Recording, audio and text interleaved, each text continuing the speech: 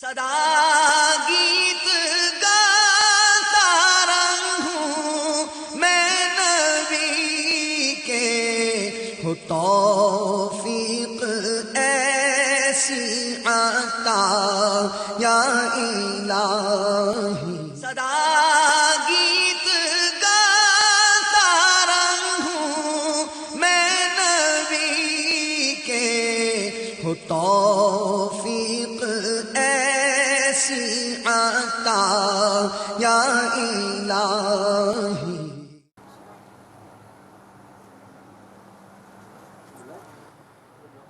مجھے بھی سینے سے لگا لیجیے، جزاک اللہ۔ جیڑا تکدا ایک واری او تکدا ہی جاندا ہے، جیڑا تکدا ایک واری او تکدا ہی جاندا ہے،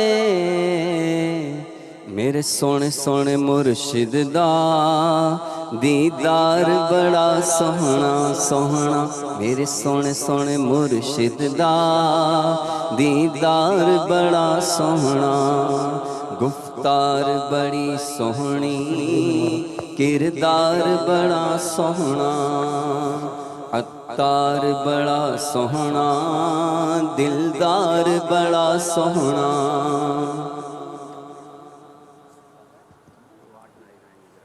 رضوان آپ بھی سینے سے لگا لو، جزاک اللہ۔ وعلیکم السلام۔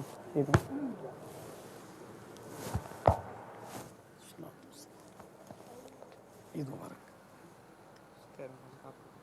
عمر رضا نظر آئے تھے، کہاں گئے؟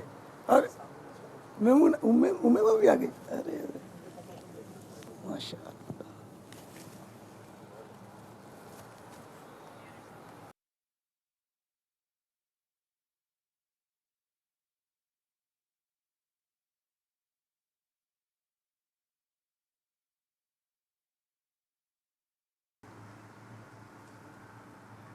السلام علیکم ورحمۃ اللہ وبرکاتہ۔ وعلیکم السلام ورحمۃ اللہ پیارے وبرکاتہ۔ بابا جان، آج آپ ماشاءاللہ بہت اچھے لگ رہے ہیں، میری اور میرے گھر والوں کی جانب سے عید مبارک ہو۔ خیر اور مبارک۔ آج آپ ماشاءاللہ بہت پیارے لگ رہے ہیں، اور یہ جو پروگرام دیکھ رہا ہوں یہ بھی ماشاءاللہ بہت پیارا لگ رہا ہے۔ پاپا جان، آپ سے درخواست ہے کہ آپ دعا فرمائیں میرے اور میرے گھر والوں کے لیے۔ السلام علیکم ورحمۃ اللہ وبرکاتہ۔ ورحمۃ اللہ وبرکاتہ۔ جزاک اللہ، حوصلہ افزائی کا شکریہ۔ دعا بھی فرمائیے کہ میں حقیقت میں اچھا ہو جاؤں۔ ہوں بظاہر بڑا نیک صورت، کر بھی دے اب مجھے نیک سیرت، ظاہر اچھا ہے باطن برا ہے، یا خدا میری تجھ سے دعا ہے۔ اللہ تعالیٰ آپ کی، میری اور ساری امت کی مغفرت فرمائے، آمین بجاہ النبی الامین صلی اللہ تعالی علیہ وآلہ وسلم۔ صلو علی الحبیب صلی اللہ تعالی علی محمد۔ پاپا، عید کے دن مبارکبادیں دی جاتی ہیں، خیر مبارک کہا جاتا ہے، اس موقع پہ ہماری کیا کیا نیتیں ہونی چاہیے؟ اس میں عام طور پر یہ کہ مسلمانوں کی دلجوئی کی نیت، کہ مسلمانوں سے بکشادہ پیشانی ملنا کار ثواب ہے، یہ نیت کی جا سکتی ہے۔ اور سلام کرنا سنت ہے، مصافحہ سنت ہے، گلے ملنا یہ بھی ایک ہمارے رائج ہے۔ عید کے دن ملتے ہیں، مسافروں سے ملتے ہیں، مہمانوں سے ملتے ہیں، اور بزرگوں سے سارے سال ملتے ہیں جب موقع ملتا ہے لوگ، تو یہ بھی ایک اچھا کام ہے۔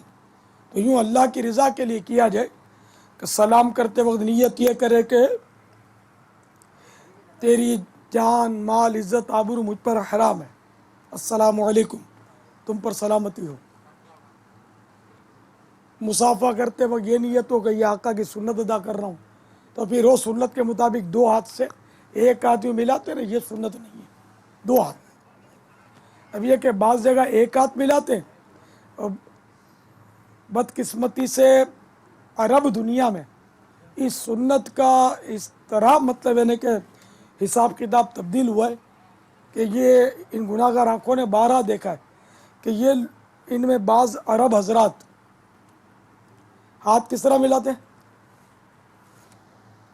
تالی کی آواز آئے گی یوں، مطلب جھٹکے سے یوں پکڑ کے یہ سنت نہیں ہے، بلکہ آقا کی سنت یہ ہے، عربی آقا صلی اللہ تعالیٰ علیہ وآلہ وسلم کی سنت یہ ہے کہ دو ہاتھ سے بلا حائل، یعنی کاغذ جیسے یہ اب ہاتھ میں تو یہ حائل ہو گیا نا، تو حائل کوئی چیز نہ ہو، تو دو ہاتھ سے بلا حائل مصافحہ سنت ہے، اور ہے کی کرنے کے بجائے درود پاک پڑھا جائے، کہ جو مصافحہ کرتے وقت درود شریف پڑھتے ہیں انشاءاللہ اس کی بخشش کی بشارت ہے اس کے لیے، یا دعا پڑھے اس بارک اللہ لنا ولکم، یہ بھی دعا ہے مصافحے کی، بارک اللہ لنا ولکم، اللہ تعالی ہمیں اور آپ کو برکت دے۔ پھر مسکرائے، مسکرا کر ملنا خندہ پیشانی سے، تو اس کا ثواب اور بھی اپنی جگہ پر ہے۔ تو یہ نیتیں ہوں کہ میں یہ ثواب کے لیے مسکرا رہا ہوں، بلکہ مسکرانا سنت بھی ہے، تو میں بنیت ادائے سنت مسکراتا ہوں، ہاتھ سنت ہے اس لیے ملاتا ہوں، عید کی مبارکباد اس لیے دے رہا ہوں کہ مسلمان کا دل خوش کروں، اس طرح کی چند نیتیں اگر ہو جائے تو اچھی بات ہے۔ تو یہ کام اپنی جگہ پر اچھے تو ہیں، لیکن ظاہر نیت نہیں ہوگی تو ثواب نہیں ملے گا، گناہ بھی نہیں ملے گا۔ واللہ تعالی اعلم ورسولہ اعلم عز وجل، صلی اللہ تعالی علیہ وآلہ وسلم، صلو علی الحبیب صلی اللہ تعالی علی محمد۔ باپا یہ جیسے گوشت کی جیسے کھال اتاری جاتی ہے، اب ایسا منظر دیکھنے میں بڑا اچھا لگتا ہے، اب کوئی خاص نیت نہیں ہو، اس کو دیکھ رہے ہوں، مطلب کیا کرنا چاہیے اس کو دیکھتے وقت، ہماری کیا نیت ہونی چاہیے؟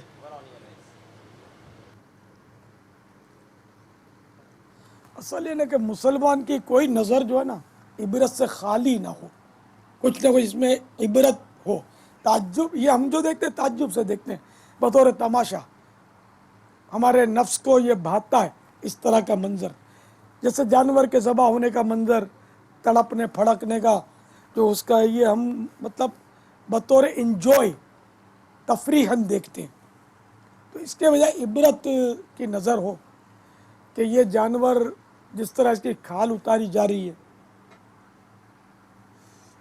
اگر اس کی جگہ میں ہوتا، مجھے ذبح کیا جاتا، میرے تڑپنے پھڑکنے کو لوگ تعجب سے یا تفریح کے لیے دیکھتے تو کیسا ہوتا؟ اپنی موت کو یاد کرے کہ پتہ نہیں میری موت کس انداز میں ہوگی، کہ جانور ذبح ہوتا ہے ٹھیک ہے، تکلیف اس کو ہوتی ہے، لیکن یقیناً اس سے کہیں زیادہ، کہیں کیا، اس کی میں نے کہ 100 گنا کہوں 1000 گنا کہوں یہ بھی بن نہیں پڑتا، اتنی زیادہ تکلیف سکارات میں ہوگی جب روح جدا ہوگی، کہ موت کا ایک جھٹکا تلوار کے 1000 وار سے سخت ہے ایک روایت کے مطابق،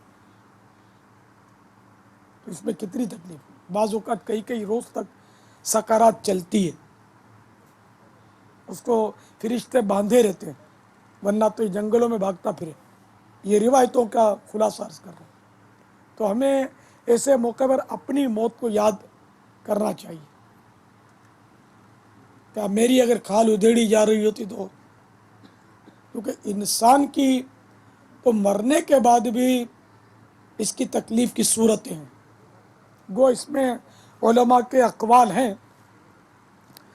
مگر اعلیٰ حضرت رحمۃ اللہ تعالیٰ علیہ نے تو صاف لکھا ہے، بلکہ روایت پیش کی ہے، جن چیزوں سے زندہ کو تکلیف ہوتی ہے انہی چیزوں سے مردہ کو بھی تکلیف ہوتی ہے، جس طرح زندہ انسان کی ہڈی کا توڑنا ہے اسی طرح مردہ انسان کی ہڈی کا توڑنا، یہ بھی اعلیٰ حضرت نے لکھا ہے، روایت نقل کی ہے اس پر، یہاں تک کہ بحر شریعت میں لکھا ہے کہ میت کا بال توڑنے کی بھی اجازت نہیں، یہ بھی اس کے لیے تکلیف دے، سواری پر سوار کرنے کے لیے بھی اسی لیے منع کیا کہ اس کو تکلیف ہوتی ہے میت کو، لیکن بہرحال علماء ضرورت اجازت دیتے ہیں، شہر میں تو ویسے قبرستان دور ہوتے ہیں، پیدل لے نہیں جا سکتے، اتنی دور دشوار ہوتا ہے، تو میت کو بھی جتنا کم سے کم ہو ہماری طرف سے تکلیف پہنچے بلا اجازت شرعی تو بالکل ایک روئے کو بھی تکلیف نہیں ہونی چاہیے. تو بہرحال یہ کہ اگر مرنے کے بعد کسی انسان کی کھال ادھیڑی جائے، بکرے کی جو کھال ادھڑتی ہم نے ابھی دیکھی تو اس کو کوئی تکلیف نہیں ہو رہی، وہ خلاص ہو گیا.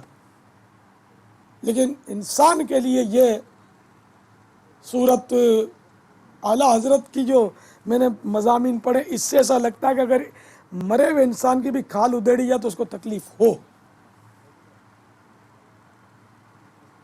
گو مفتی احمد یار خان صاحب رحمۃ اللہ تعالی علیہ نے اپنی مرآت شریف میں لکھا ہے کہ وہ اگر مرے ہوئے انسان کی اگر کاٹ پیٹ کی جائے تو اس کو تکلیف نہیں ہوتی. اس طرح کے بھی ہیں، مگر اعلیٰ حضرت نے جس انداز میں لکھا اس سے تو یہی مستفاد ہوتا ہے.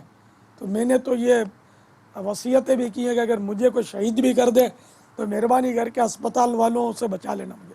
یہ بہت بری طرح چیر پھاڑ کرتے ہیں، اور پوسٹ مارٹم جس کو بولتے ہیں، مجھے پوسٹ مارٹم سے بڑا خوف آتا ہے. یہ میت کے سر پر وہ چھرا مار کے 2 پیس کر دیتے ہیں، ٹھاک کر کے مارتے ہیں، آریوں سے کاٹتے ہیں، ادھر کاٹیں گے ادھر کاٹیں گے، گردے کلیجیاں سب. یہ میدا چیک کرتے ہیں کہ پوائزن تو نہیں دیا، اس کو زہر تو نہیں دیا، گولی لگی تو کہاں کہاں لگی ہے، سب گنتیاں کرتے ہیں. کاش کہ میں دنیا میں پیدا نہ ہوا ہوتا، قبر و حشر کا سب غم ختم ہو گیا. انسان بن کر ہم سچی بات ہے کہ امتحان میں آ گئے. جانور کو وہ امتحان نہیں ہے، جانور کو پتہ ہی نہیں ہوتا. جب تک چھری نہیں چلتی اس کو تکلیف بھی نہیں ہوتی. تو کیا پتا کہ مجھے بھی یہ چھری چلائیں گے مجھ پر. دوسرے کی چھری چل رہی ہے تب بھی اس کو اگر ادراک اتنا ہوتا نا کہ اس کو بہت تکلیف ہوگی اور مجھے بھی اب یہ چھری چلے گی تو یہ زنجیر بھی توڑ دیتا، رسی تو رسی، اور 2-4 کو کچلتا ہوا بھاگ جاتا.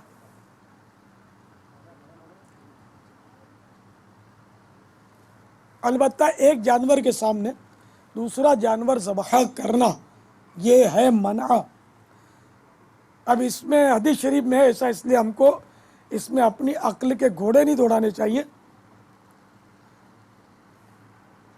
کیا بعید کہ یہ میں کوئی شرح نہیں بیان کر رہا کہ بعض جانوروں کو کچھ اس کا احساس ہوتا ہو، اس لیے کہ ایک حدیث شریف میں نے پڑھی ہے کہ جس میں جب بکری کو کسی نے لٹایا اور اس کے سامنے چھری تیز کرنا شروع کی تو بکری اس چھری کو دیکھ رہی تھی.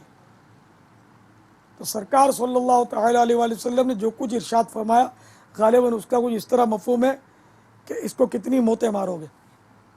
تو جانور کے آگے چھری تیز کرنا منع ہے.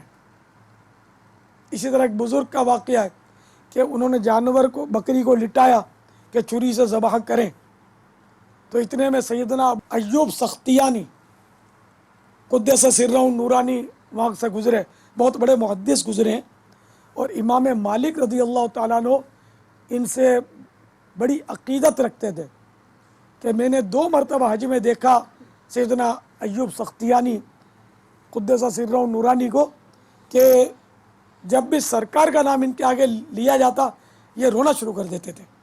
جب میں نے ان کو اتنا عاشق رسول پایا پھر میں نے ان سے حدیثیں لینی شروع کر دی.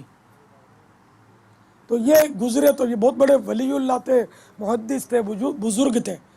تو وہ جو صاحب ذبح کر رہے تھے وہ بھی کوئی بزرگ تھے، وہ ان کی تعظیم کے لیے کھڑے ہو گئے اور ملاقات اور نیاز حاصل کرنے لگے. تو چھری زمین پر رکھ دی تھی تو بکری اٹھ بیٹھی، اٹھ کر کھڑی ہو گئی اور چھری کو اپنے پاؤں سے دھکیل کر ایک دیوار کی طرف لے گئی. دیوار کی طرف اس نے کچھ کھودا، مٹی نکالی اپنے پاؤں سے، کھروں سے، اور اس کو دھکیل دیا چھری کو، اوپر مٹی کھروں سے ڈال دی، چھپا دی. سیدنا ایوب سختیانی قدس سرہ نورانی سب دیکھ رہے تھے. ان سے فرمایا کہ دیکھو یہ بکری کیا کر رہی ہے. تو پھر انہوں نے یہ عہد کیا کہ اب میں کبھی بکری کو ذبح نہیں کروں گا. یہ بزرگوں کے واقعات ان کے حال کے مطابق ہوتے ہیں، ورنہ یہ کہ ذبح کرنا کوئی گناہ نہیں ہے، بلکہ ذبح کرنا کو ذبح شرعی کو گناہ سمجھنا گناہ ہے. تو ذبح کرنا یہ جائز ہے، اجازت ہے شریعت کی اور آقا کی سنت ہے. لیکن کبھی کبھار ایسے واقعات ہوتے ہیں تو اب کوئی اس وجہ سے ذبح نہ کرے تو کوئی حرج نہیں ہے. جیسے ایک حدیث شریف میں ایک صحابی نے بارگاہ رسالت میں عرض کی کہ یا رسول اللہ صلی اللہ تعالی علیہ وسلم مجھے بکری ذبح کرنے پر رحم آتا ہے. تو کچھ اس طرح ارشاد فرمایا کہ جو اس پر رحم کرے گا اللہ تعالیٰ بھی اس پر رحم فرمائے گا. تو رحم کرنے کی اپنی فضیلت ہے، لیکن ذبح کرنے کا انکار تو نہیں کرے گا نا. نہ ان بزرگوں نے کیا کہ ذبح نہیں کرنا چاہیے، ٹھیک ہے، اپنے ہاتھ سے نہیں کرتا تو اس پر کوئی پابندی نہیں ہے، کوئی واجب نہیں کہ اپنے ہاتھ سے کرے ہی کرے ذبح، دوسرے کو اجازت دینے کی بھی اجازت ہے. واللہ تعالی اعلم ورسولہ اعلم عز وجل صلی اللہ تعالی علیہ وآلہ وسلم. صلو علی الحبیب صلی اللہ تعالی علی محمد. السلام علیکم ورحمۃ اللہ. وعلیکم السلام. میرا نام محمد کامران رضا علوی انصاری. جو مینڈا حضرت ابراہیم علیہ السلام نے قربانی میں ذبح کیا تھا، اس کے سینگ کو آگ کیسے لگ گئی؟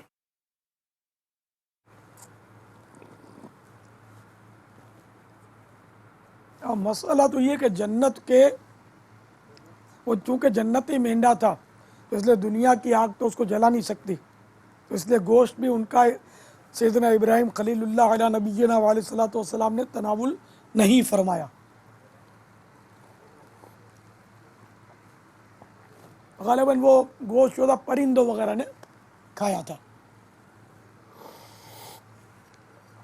اب سینگ کے بارے میں جب یزید کی فوج نے سنگ باری کی تھی، گوپھن میں رکھ کر پتھر برسائے جاتے تھے، پہلے کی یہ توپ تھی، اب توپ جدید ہے، تو اس سے آگ، پتھروں کی رگڑ سے آگ لگ گئی تھی.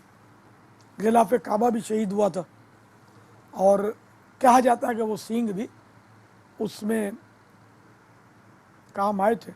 اب خدا بہتر جانے کہ یہ روایت کہاں تک مضبوط ہے.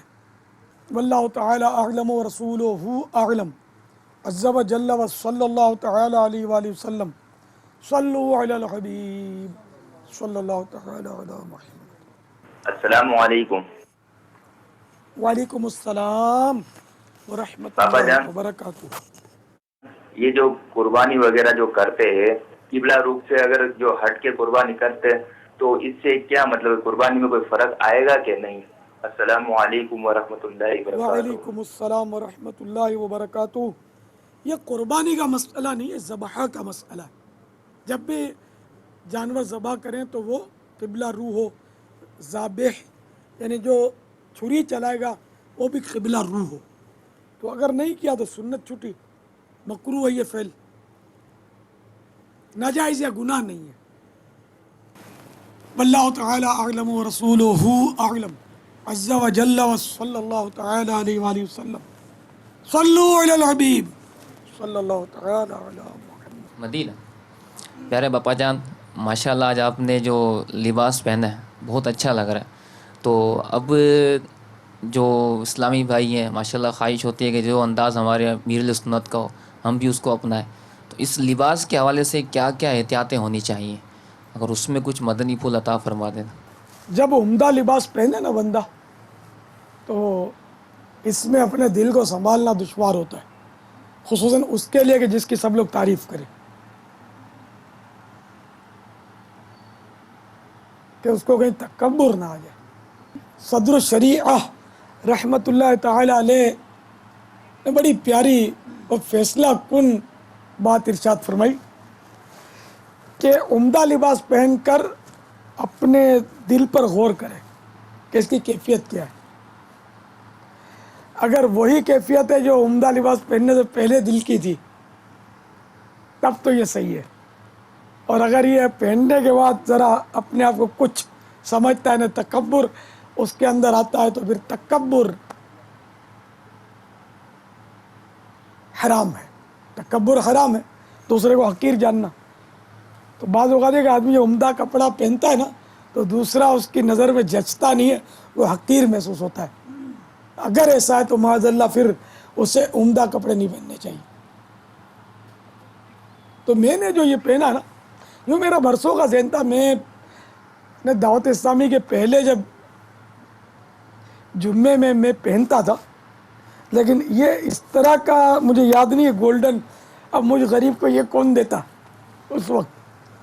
تو وہ میں پہنتا تھا لمبا سا، یہ ایک عالم صاحب سے ملا تھا مجھے، وہ بھی پہنتے تو ان کا شاید وہ بچا کچا مجھے دیا تھا انہوں نے یا میں لایا تھا ان سے تعلقات کی بنا پر تو پہنتا تھا. تو یہ میں نے پڑھی یہ روایتیں کہ جمعہ اور عید کے لیے سرکار صلی اللہ تعالیٰ علیہ وآلہ وسلم مخصوص لباس زیب تن فرماتے. اسی طرح جب وفود حاضر ہوتے اس وقت بھی وہ مخصوص لباس زیب بدن کرتے. تو یوں اچھا لباس، عمدہ لباس جب لوگوں میں جائے تو اگر سنت کی نیت سے پہنے تو امید ہے ثواب حاصل ہوگا اس کو اس نیت سے. اور دوسروں پر روب جھاڑنے کے لیے پہنے گا تو پھر اس کی نیت میں جیسا فطور ویسا ذرا اس کے اندر برائی آئے گی اس کے پہننے میں. یہ اصل یہ چیزیں جو ہے نا فی نفس ہی یہ سنت ہونا میری نظر سے نہیں گزرا. آج کل خطیب صاحبان علماء حضرات جمعے میں یہ پہنتے ہیں. اب یہ علماء کی نقالی ہے، موجودہ عرف کے مطابق ہے یہ. تو جمعے کو خصوصیت کے ساتھ اگر اس نیت سے پہنے کہ سرکار صلی اللہ تعالیٰ علیہ وآلہ وسلم خصوصی لباس زیب تن فرماتے تھے، اس نیت کا میں امید کرتا ہوں کہ ثواب ملے گا انشاءاللہ. کہ میرے لیے تو ایک رستہ آپ نے نکال دیا نا کہ اس طرح بھائیوں کی دل جوئی ہوتی ہے، تو یہ نیت بھی انشاءاللہ مجھے ثواب دلائے گی. لیکن یہ ہے رسکی بہت ہے، اس میں حب جاہ پیدا ہو سکتا ہے. اب میں یہ ذہن بنا لوں کہ میں بہت سمجھدار ہوں کہ میں شیطان کے وار سمجھ لیتا ہوں کہ حب جاہ تو یہ تو وہ تو یہ بھی خطرناک ہوتا ہے. بس اپنی عاجزی اور بے مائیگی بارگاہ خداوندی میں پیش کرے کہ یا اللہ بچائے گا تو اپنی عقل ہوشیاری تو یہ لے ڈوبے گی، تو بچائے گا تو بچیں گے. تو اس لیے عمدہ لباس یہ ہوتا رسکی ہے، اور یہ وہ لباس نہیں ہے جو عوام نقالی کریں اور گلیوں بازاروں میں پہن کر پھریں. اس کی امید نہیں ہے، نہ یہ گلیوں بازاروں میں پہننے والا ہے. ہمارے ہاں تو بالکل اس کا رواج نہیں. ابھی عرب دنیا میں تھوڑا ہے، وہ بھی مخصوص موقع پر پہنتا ہوں. ائمہ کرام وغیرہ پہنتے ہیں، یا مصری جو ہے نا حج پہ جو آتے ہیں ان کو دیکھا ہے کہ اس طرح کا لباس پہنتے ہیں. یہ شاید عوام بھی ان کے پہنتے ہیں، یہ سب تو علماء نہیں ہوں گے، کئی نظر آتے ہیں اسی انداز کے. یہ گولڈن وغیرہ نہ صحیح لیکن ہوتے ہیں اس انداز کے، پہنتے ہیں وہ. تو یہ کہ اس طرح کا لباس پہننے سے شخصیت میں ایک روب پیدا ہوتا ہے، اور یہ روب جو ہے نا یہ بندے کے نفس میں جو ہے نا یہ شرارت پیدا کرتا ہے. اور اس شرارت کی وجہ سے بندہ جو ہے حب جاہ اور تکبر کا شکار ہو سکتا ہے. اللہ جسے بچائے وہ بچے گا، ورنہ تو معاملہ اپنا بہت پیچیدہ ہے. بس کشتی تمہیں پہ چھوڑی لنگر اٹھا دیے، ہائے ہائے. اور آقا ضرور پار لگائیں گے. بابا یہ کھال اتارتے وقت کیا مطلب آدمی غور کرے گا؟ کھال میں گوشت نہیں جانا چاہیے عرف سے ہٹ کر. یعنی یہ جو گوشت فروش ہے نا ان کے لیے میرا مدنی پھول یہی ہوتا ہے کہ جس طرح اپنا ذاتی جانور آپ لوگ ذبح کرتے ہیں اور جس طرح اپنے ذاتی جانوروں کے گوشت چربی وغیرہ کے ساتھ آپ سلوک کرتے ہیں، وہی سلوک آپ ان کے ساتھ کیا کریں. جب آپ اجرت پر یہ کام کریں کہ اپنا تو ایک بوٹی کا ذرہ بھی نہیں دینے جاتا، اور دوسروں کا جب کام کرتے ہیں تو وہ لوتھڑے بعض اوقات کھال میں چھوڑ دیتے ہیں، اپنی کھال میں ایک چھید نہیں بننے دیتے. جب دوسروں کی جانور کی کھال اتارتے تو اس کو بعض اوقات چارنی بنا دیتے ہیں، اتنے کٹ لگا دیتے ہیں. تو یہ بیچارہ جس نے کٹوایا نا اس کو اتنی سمجھ نہیں آتی.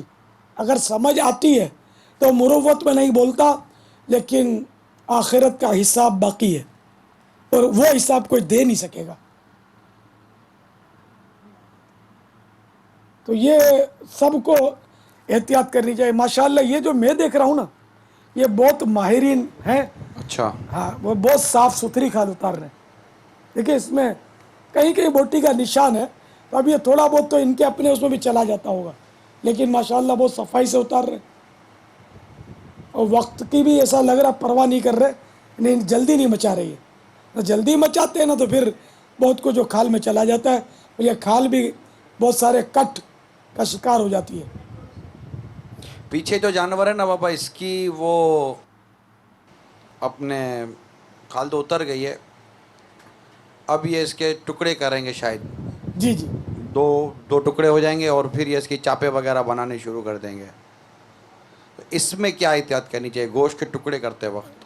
ان کو چاہیے کہ گوشت کو جب یہ اس طرح کاٹیں گے نا, ایک تو یہ کہ جیسے کہ ذکر یہ نر ہے مذکر ہے تو اس کی پیشاب کی جگہ بالکل جڑ سے یہ نکال کے پھینک دیں.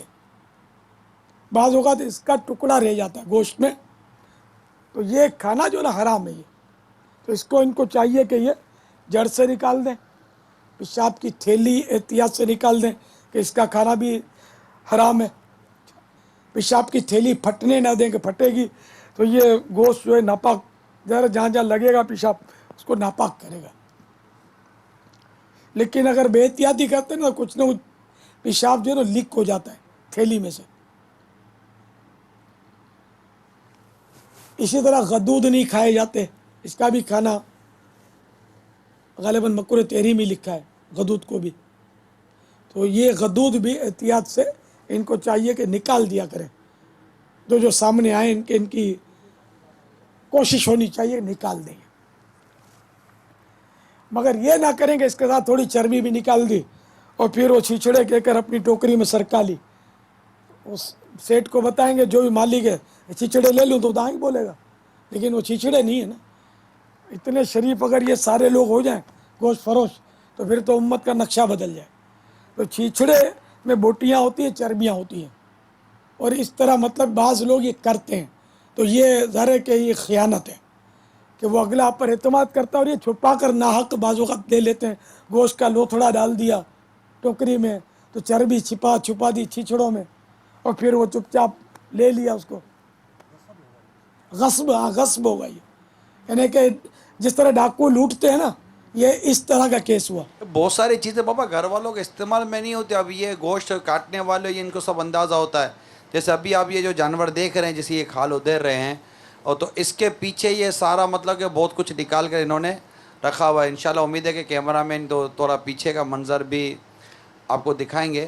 تو یہ پیچھے کے بہت ساری چیزیں رکھی ہوئی ہے. ہر چیز بابا گھر میں جاتے گھر اتنا خوش گھر والے کیا کریں گے. اب یہ بھی اوپر چڑھے نہ وہ بھی اوپر چڑھے نہ وہ بھی گھر میں جائے یہ بھی گھر میں جائے. اب یہ اتنا محنت کرتے ہیں بیچارے, لے جاوے تھوڑا بہت. اگر جس نے بکرا کٹوایا وہ سارا بکرا ان کو اٹھا کر دے دے تو جائز ہے. کہ جیسے معذرت کے ساتھ بابا یہ اتر رہا ہے نا, اب یہ کیا چربی نکالے کیا نکال رہے ہیں؟ جی ہاں یہ ڈالا چھچڑے میں. ہاں اب یہ کیا ابھی نہیں یہ چھچڑے میں نہیں ڈالا ہے ابھی. یار دکھائیے گا یہ بھائی کیا ہے آپ کے ہاتھ میں؟ یہ گردے نکال رہے ہیں. اچھا یہ گردے نکال لیں گے. جی جی. تو یہ چربی وغیرہ جو بھی ہے وہ جس کا بکرا ہے اس کو دے دی جائے. چربی استعمال کی چیز ہے, یہ کھائی جاتی ہے. پھر اس کو پگھلاتے ہیں, پھر پگھلانے کے بعد یہ کنکنی بوٹیاں جو بنتی ہیں یہ بچے تو بہت شوق سے کھاتے ہیں نمک ڈال کے اس کو. اور اب یہ جو چربی نکلی یہ بھی استعمال کی ہے, سالن وغیرہ میں ڈالی جا سکتی ہے. اور یہ ہوتی بھی دیر پا ہے کہ جما کے رکھ دیا جائے, فریج میں رکھ دیا جائے. اور جو تھوڑا سمجھتے ہیں اس میں کاسٹک سوڈا وغیرہ ڈال کر اس کا صابن بنا لیتے ہیں, جو گھر میں بناتے ہیں صابن. طریقہ پتہ ہے آپ کو صابن بنانے کا؟ نہیں, آپ میں سے کسی کو؟ باہر سے اتنا کچھ ملتا ہے بابا, گھر میں دکھا دیں گے دکاندار کیا کریں گے, خالی بند کر کے بیٹھ جائیں گے بابا. نہیں ایسا نہیں ہے. دکاندار جیسی وہ خوبصورت گوٹیاں یہ بنا نہیں سکتے. مہمانوں کے لیے یہ کام چلاؤ صابن رکھا نہیں جاتا, خوبصورت غیر ملکی صابن رکھتے ہیں, بلکہ بالکل یعنی کہ ٹرانسپیرنٹ ٹائپ کے اور بڑے یعنی خوشبودار. تو یہ تو گھر میں عام آدمی نہیں بنا سکتا. خیر صابن ہمارے گھر میں پہلے یاد پڑتا ہے بناتے تھے. بابا یہ کیا ران نکالی دستی؟ یہ دستی یعنی دستیاں بنیں گی اس کی, دو جب ہو جائیں گی یہ دستی ہے. یہ ہاتھ ہے, اس کا بازو ہے.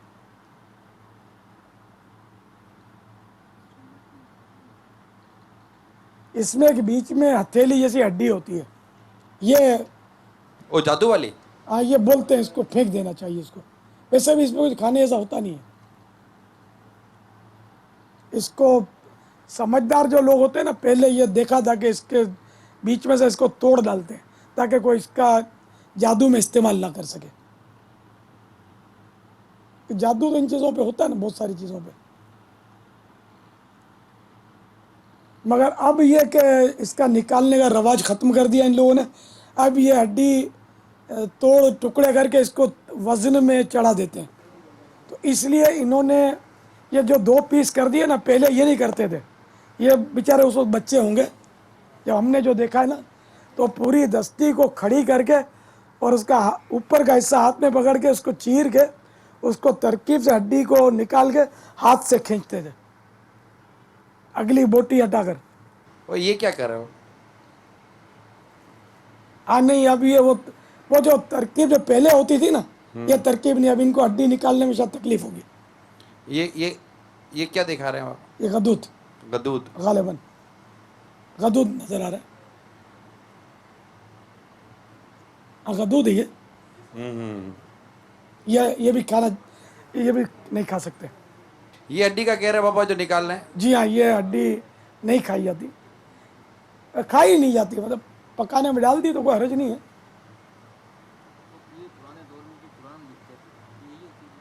یہ اونٹ کی ہڈیاں جو ہے نا، یہ اونٹ کی بہت بڑی ہوتی ہے. اس پہ پہلے ترکیب تھی، لکھتے تھے. اختتام کی دعا پڑھ لیتے. صلاۃ والسلام علیک یا رسول اللہ وعلی آلک وصحابک یا حبیب اللہ. سبحانک اللہم وبحمدک لا الہ الا انت استغفرک واتوب الیک. سبحانک اللہم وبحمدک لا الہ الا انت استغفرک واتوب الیک. سبحانک اللہم وبحمدک لا الہ الا انت استغفرک واتوب الیک. صلاۃ والسلام علیک یا نبی اللہ وعلی آلک وصحابک یا نور. صدا گیت گاتا رہوں میں نبی کے، ہو توفیق ایسی عطا یا الہی. صدا گیت گاتا رہوں میں نبی کے، ہو توفیق ایسی عطا یا الہی.